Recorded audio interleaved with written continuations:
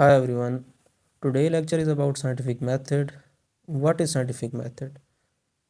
The scientific method is that scientists take specific steps for doing scientific work or research. These steps are called scientific method. For biological research, these steps are called biological method.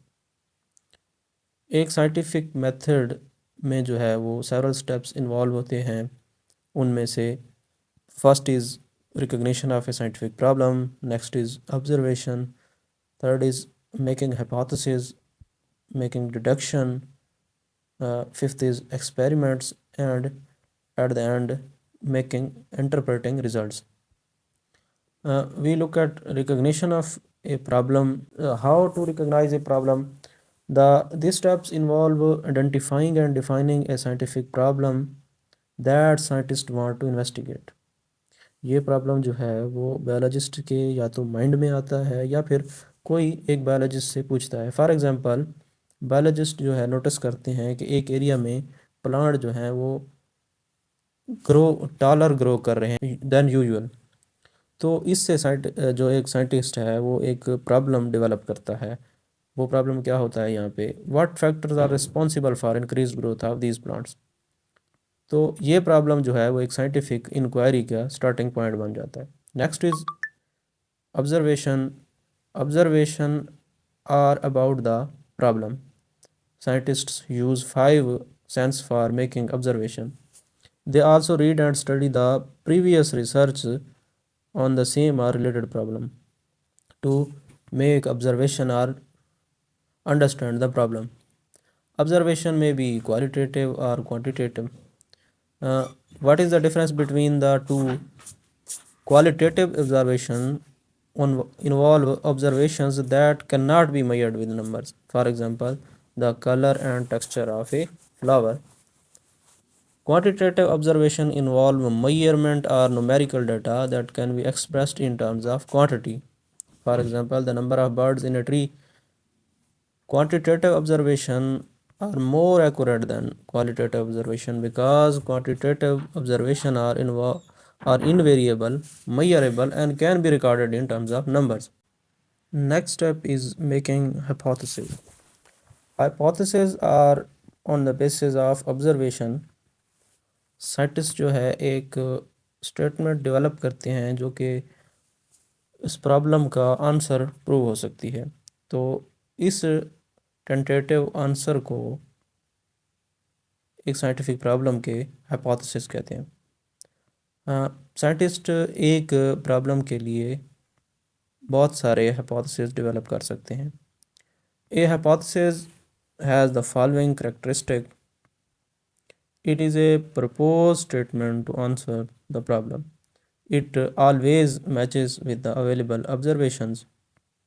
It can be tested through experiment, and there is a there is always a way to disprove the hypothesis. यानी कि ये hypothesis disprove भी हो सकता है, incorrect भी prove हो सकता है. Next step is making deduction. Scientist जो है हाइपोथेसिस से लॉजिकल रिजल्ट्स डेवलप करते हैं और यही लॉजिकल रिजल्ट्स डिडक्शंस कहलाते हैं. Usually deductions follow the pattern if then statements. Scientist assume कर लेते हैं कि if hypothesis is true then what might be the result. यानी कि वो एक हाइपोथेसिस से ही जो है डिडक्शन बनाते हैं और डिडक्शन जो है वो एक लॉजिकल रिजल्ट होता है. यानी कि अगर हाइपोथेसिस ट्रू है तो उसका रिजल्ट ये वाला होना चाहिए. फॉर एग्जांपल, हमारे पास एक हाइपोथेसिस है leaf discolouration and stunted growth in a plant are caused by a deficiency of iron in the soil. अगर ये हाइपोथेसिस है और ये ट्रू है तो फिर डिडक्शन इसकी इस तरह बनेगी, if iron deficiency is causing the symptom, कि अगर आयरन डिफिशेंसी जो है वो लीफ डिस्कलरेशन और स्टैंडर्ड ग्रोथ काज कर रही है देन तो साइल में आयरन प्रोवाइड करने से कलर भी इम्प्रूव हो जाएगा और प्लांट की ग्रोथ जो है वो इम्प्रूव हो जाएगी. तो this is called deduction. Next step is experiment. ये ही बहुत बेसिक स्टेप है इन साइंटिफिक मेथड. साइंटिस्ट जो है वो हाइपोथेसिस को टेस्ट करते हैं डिफरेंट स्टेप्स के थ्रू, और ये फिर इसी स्टेप्स के थ्रू ये एक हाइपोथेसिस को करेक्ट या इनकरेक्ट जाना जाता है। अगर एक्सपेरिमेंट के बाद जो है वो हाइपोथेसिस जो है वो करेक्ट साबित हो जाए तो उसको एक्सेप्ट कर लिया जाता है, अदरवाइज इसको रिजेक्ट कर दिया जाता है। Scientist make new deduction from the accepted hypothesis, फिर एक्सेप्टेड हाइपोथेसिस से नई डिडक्शन बन सकते हैं, नए रिजल्ट जो हैं वो अज्यूम किए जा सकते हैं। The perform then further experiment perform किए जाते हैं एक हाइपोथेसिस को करेक्ट मानने के लिए। एक एक्सपेरिमेंट में दो ग्रुप होते हैं, एक एक्सपेरिमेंटल ग्रुप और एक कंट्रोल ग्रुप। और फॉर एग्जांपल के एक्सपेरिमेंटल ग्रुप और कंट्रोल ग्रुप में एक आप प्लांट लेते हैं, आप टेस्ट करना चाहते हैं कि क्या कार्बन डाइऑक्साइड जो है वो फोटोसिंथेसिस के लिए नेसेसरी है या नहीं। तो आप दो प्लांट्स लेंगे, एक को कार्बन डाइऑक्साइड प्रोवाइड नहीं करेंगे जो कि आपका एक्सपेरिमेंटल ग्रुप होगा, और दूसरे को कार्बन डाइऑक्साइड प्रोवाइड करेंगे जो कि कंट्रोल ग्रुप होगा।